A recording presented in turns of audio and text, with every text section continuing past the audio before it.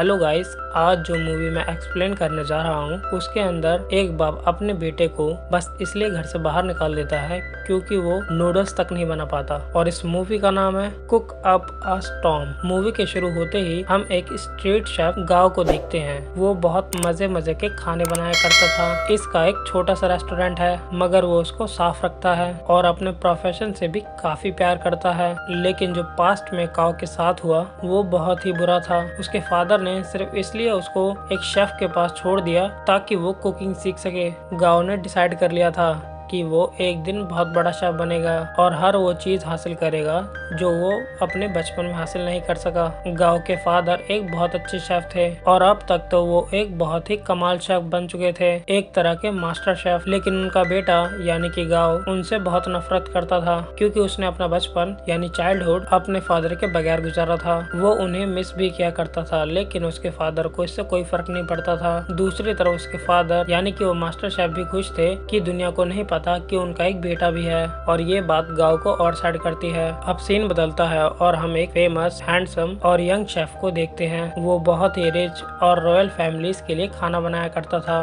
उसका नाम पोल होता है। पोल का ये सपना था कि वो अपने फादर के लिए अपनी कंट्री में एक रेस्टोरेंट बनाए, इसलिए वो अब्रॉड को छोड़ते हुए और सब कंपनी को मना करते हुए और अपनी कंट्री वापस आ जाता है। वहाँ जाकर वो एक फिश सेलर के पास जाता है और वो कहता है कि मुझे एक बड़ी सी मछली दिखाओ, और वो फिश सेलर उसे मना कर देता है। अब जैसे ही काव उसके पास बड़ी मछली लेने आता है तो वो आदमी उसको एक बड़ी मछली दे देता है। ये देखकर पोल को बहुत गुस्सा आता है और वो काव को गुस्से से देखता है, जैसे वो उससे जेलस हो कि भाई तूने उसको मछली क्यों दे दी। फिश सेलर जब इन दोनों को गुस्से में देखता है तो वो मछली के 2 टुकड़े कर देता है ताकि इनमें लड़ाई न हो, लेकिन वो फिर भी एक दूसरे को गुस्से से देखते रहते हैं। अब हम पोल के शानदार और बहुत ही प्यारे रेस्टोरेंट को देखते हैं जिसकी आज ओपनिंग होती है। वो बहुत नीट एंड क्लीन और एडवांस तरीके से बनाया गया था। उसको बहुत ही अच्छे तरीके से डेकोरेट किया गया था। पोल ने जो नया रेस्टोरेंट खोला था वो काव के रेस्टोरेंट के बिल्कुल सामने था, जिसे देखकर गांव के दोस्त घबरा जाते हैं क्योंकि ये नया रेस्टोरेंट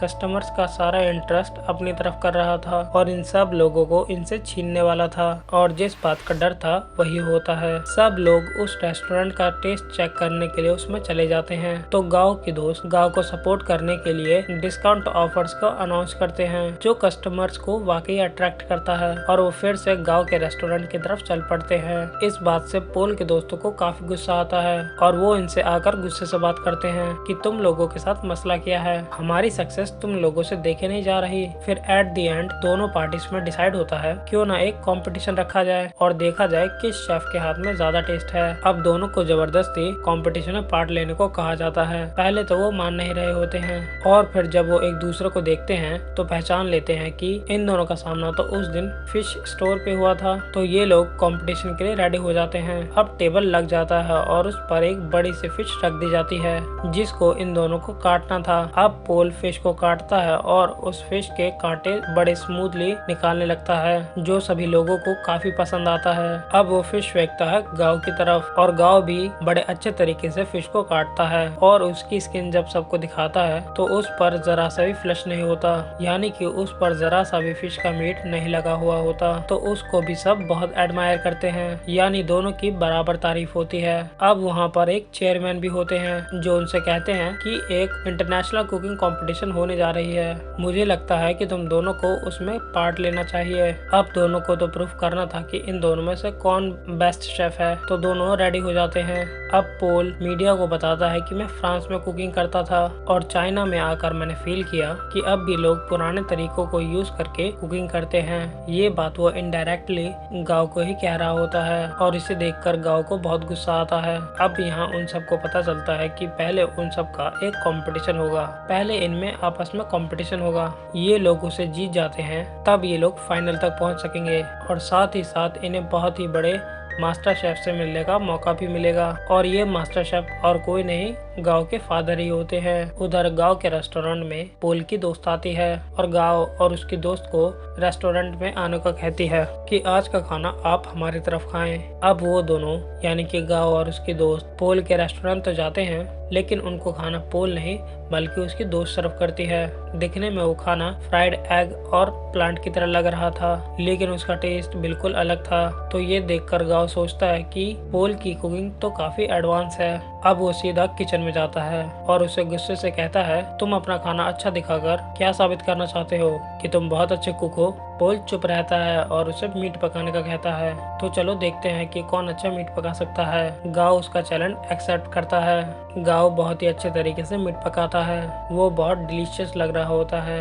अब पोल उससे कहता है कि मैं तुम्हें सेम रेसिपी के साथ कुक करके दिखाता हूँ। पोल शुरू करता है और सेम डिश बहुत ही कम टाइम में बना लेता है। जब गांव उसे स्मेल करता है तो उसे अपनी और उसकी डिश में कोई अंतर नहीं लग रहा था। तो वो समझ जाता है कि वाकई इसके पकाने का तरीका काफी एडवांस है। वो उदास हो जाता है और वहाँ से चला जाता है। अब गांव को कोई कहता है कि उसे उसके फादर बुला रहे हैं। अब गांव अपने फादर के पास जाता है कि अब आपने मुझे क्यों बुलाया, जबकि आप ये बात मानते नहीं कि मैं आपका बेटा हूँ। तो मास्टर शेफ उसे बोलते हैं कि मैंने ऐसा इसलिए किया ताकि दुनिया ये ना कहे कि तुम मेरे बेटे हो, इसलिए तुम इंटरनेशनल कंपटीशन तक पहुंच सके, बल्कि मैं तो खुद ये चाहता हूं कि तुम ये करो। तो गांव कहता है कि वैसे भी डैड, मुझे आपकी सपोर्ट की बिल्कुल जरूरत नहीं है। जब मुझे आपकी जरूरत थी तब आप मेरे पास नहीं थे। कि खैर, मैं ये साबित करके दिखाऊंगा कि मैं वो हासिल कर सकता हूँ जिसकी वजह से आपने मुझे छोड़ा। गाँव यहाँ से चला जाता है क्योंकि उसे अपने डैड के किसी भी बात पर यकीन नहीं होता। अब next day international cooking competition होता है। सब प्रिपरेशन की जा चुकी होती है, यानी कि कॉम्पिटिटर्स यानी कि गांव और पोल भी रेडी होते हैं। टाइम स्टार्ट होता है। पोल की कोई स्वीट डिश होती है और गांव की कोई चिकन डिश। दोनों बहुत मेहनत से अपनी डिशेस तैयार करते हैं। पोल तो अपनी डिश को टाइम से पहले ही तैयार कर लेता है, लेकिन उसके बाद गांव की भी शानदार डिश तैयार हो जाती है। उसने भी टाइम पर अपने दिया गया टास्क पूरा कर लिया था। जज और ऑडियंस दोनों ही काफी इम्प्रेस होते हैं और अब उनकी डिश को टेस्ट किया जाता है और दोनों के सेम पॉइंट्स आते हैं, क्योंकि जजेस को उनके खाने में ज्यादा डिफरेंस नहीं लग रहा होता है, यानी कि दोनों की डिशेस बहुत मजे की थी। तभी स्टेज पे एक जज आता है और इस कंफ्यूजन को क्लियर करने के लिए कि दोनों के डिशेस के टेस्ट बिल्कुल अलग थे, लेकिन मुझे टाइम मैनेजमेंट पोल की ज्यादा पसंद आई और इसलिए ये कंपटीशन पोल ने अपने नाम कर लिया है। पोल यहाँ पर बहुत ज्यादा खुश हो जाता है। गाँव क्योंकि कंपटीशन हार चुका होता है और वो वीडियो गेम्स खेलने के लिए सीधा चल पड़ता है। वो कई दिन तक अपना टाइम ऐसे ही स्पेंड करता रहता है और एक दिन उसके पास वही शेफ आते हैं जिनके पास उसने अपना बचपन गुजारा और उसी के पास गांव के डैड उसे छोड़ कर गए थे। वो उसे समझाते हैं कि गांव देखो कि आज तुम नहीं जीत सके तो क्या हुआ, तुम कल भी नहीं जीत पाओगे। लेकिन गांव घर जाने के लिए तैयार ही नहीं होता।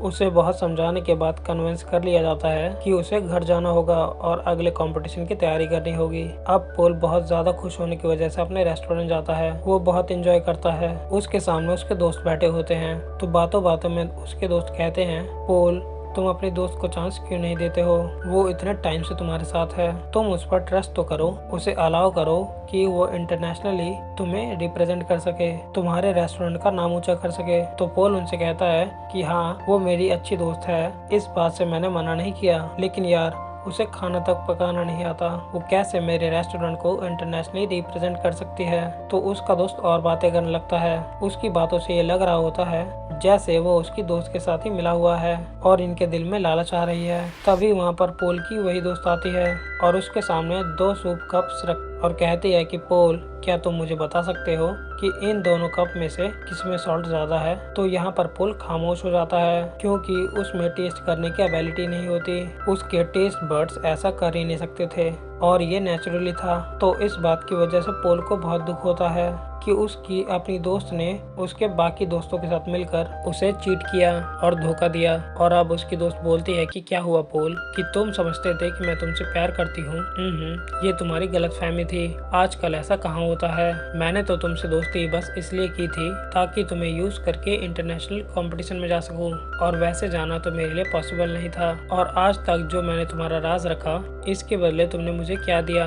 क्या तुम मुझे एक ऑफर नहीं कर सके? लेकिन अब नहीं, अब मैं मैं खामोश नहीं रहूंगी क्योंकि मैं भी अब उस कंपटीशन में जा सकती हूँ। अब यहाँ पर एक और बड़ी बात रिवील होती है कि पोल के दोस्त पोल की ही दोस्त के साथ मिलकर पोल को चीट कर रही थी, क्योंकि अब वो दोनों रिलेशनशिप में थे और पोल के अगेंस्ट ही एक साजिश चल रहे थे और बोलते हैं कि पोल के रेस्टोरेंट को बेच देंगे और उनसे जो पैसे आएंगे उनसे एक स्टार्ट करेंगे। लेकिन पोल भी ऐसा होने दे नहीं सकता था। पोल बहुत उदास हो जाता है और अपने रेस्टोरेंट से बाहर आ जाता है। रात हो चुकी होती है और वो बाहर बैठकर ड्रिंक करने लगता है। तभी उसे गाँव भी देख लेता है और उसके पास आकर कहता है कि पोल, तुम उदास क्यों बैठे हो, कि तुम तो जीत चुके हो, तुम्हें तो खुश होना चाहिए। तो पोल उससे कहता है कि हाँ, जीत तो चुका हूँ पर हार भी बहुत कुछ चुका हूँ। खैर तुम छोड़ो, तुम्हें एक बात बताता हूँ। सामने ये बैनर देख रहे हो, वो इनफैक्ट उसके फादर यानी कि मास्टर शेफ की फोटो होती है। तो पोल उसकी पिक्चर की तरफ इशारा करके कहता है कि ये मेरे आइडियल हैं, मैं चाहता हूँ कि मैं इनकी तरह बनूं। काओ आगे से थोड़ा मुस्कुराता और कहता है कि पोल, ये मेरे फादर हैं, कि तुम यही सोचते हो ना कि ये एक अच्छे इंसान है और तुम इनकी तरह बनो। तो मैं तुम्हें बताऊं कि मेरे फादर दिल के बहुत बुरे हैं। काओ उसे अपनी पास्ट की स्टोरी बताने लगता है कि उन्होंने मेरे साथ क्या क्या किया। पहले तो पोल बोलता है कि काओ, तुम मजाक कर रहे हो यार, लेकिन काओ उसे बताता है कि नहीं, बल्कि वो मुझे वाकई बचपन में छोड़ गए थे कि मैं उनके प्रोफेशन को अपना नहीं पा रहा था। मैंने अपना सारा बचपन उनके बगैर गुजारा है। तो पोल कहता है कि अच्छा, उदास नहीं हो, अच्छा अब हम क्या कर सकते हैं। तो काओ उससे कहता है कि बॉटल्स फेंक सकते हैं और तब वो दोनों खाली बॉटल्स को उस बैनर की तरफ फेंकने लगते हैं और बहुत खुश होते हैं। यहाँ पर इन दोनों में दोस्ती हो जाती है। पोल वहाँ से जब अपने रेस्टोरेंट वापस जाता है तो वो देखते हैं कि पोल के दोस्त उसके रेस्टोरेंट का सौदा कर रहे हैं। तो पोल उनसे कहता है कि ये सब क्या हो रहा है, कि तुम लोग मेरी इजाजत के बगैर ऐसा कुछ कर भी कैसे सकते हो। तब उसके दोस्त उससे कहते हैं कि मुझे ये बताओ, इंटरनेशनल कंपटीशन में अपने साथ किसको लेके जाओगे,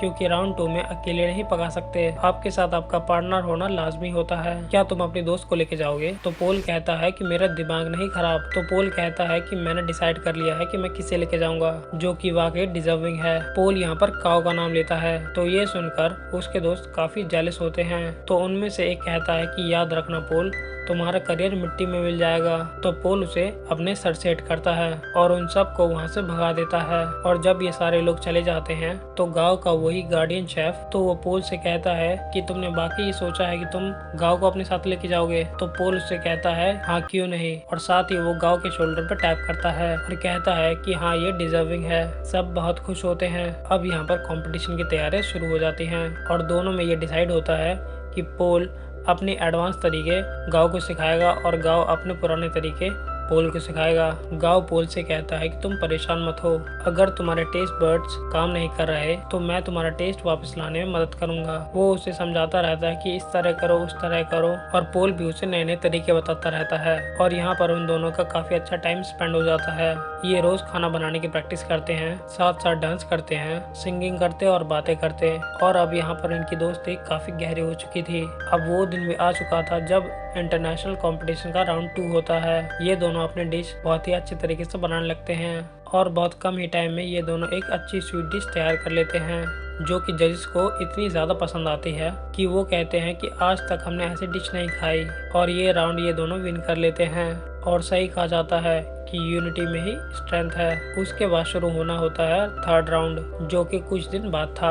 और ये कंपटीशन उनके मास्टर शेफ यानी कि गांव के फादर के साथ था। तब पोल यहाँ पर गांव से कहता है कि मुझे लगता है कि तुम ये कंपटीशन जीत सकते हो, तो तुम चले जाना। तो गांव पोल से कहता है कि तुम भी बहुत अच्छे शेफ हो, कि तुम्हें तो एडवांस तरीके ही पता है, तुम मेरे से भी ज्यादा अच्छा कर सकते हो। तो पोल कहता है कि ऐसी बात नहीं है, कि देखो मैंने अपने फादर का ड्रीम पूरा किया अपना रेस्टोरेंट बनाकर, कि अब तुम अपने फादर का ड्रीम पूरा करो। वो तुम्हें एक अच्छा शेफ बनता देखना चाहते हैं, तो तुम उनके सामने जाकर कुकिंग करो और उन्हें प्रूव कर दो कि तुम एक बहुत अच्छे शेफ बन सकते हो। और तब काऊ मान जाता है और पोल का शुक्रिया अदा करता है। अब थर्ड और फाइनल राउंड शुरू हो जाता है। दूसरी तरफ मास्टर शेफ भी अपना डिश बनाने लगता है और अब काऊ भी शुरू हो जाता है। लेकिन शुरू होने से पहले ही उसे अपने बचपन की यादें आने लगती हैं, जहाँ पर उसके फादर उसे छोड़ गए थे और उसे काफी बच्चे बुली किया करते थे। वो उन्हीं यादों में खो जाता है। उसके फादर आकर उसके मुंह पे पानी गिराते हैं और उससे कहते हैं कि अपना काम शुरू करो।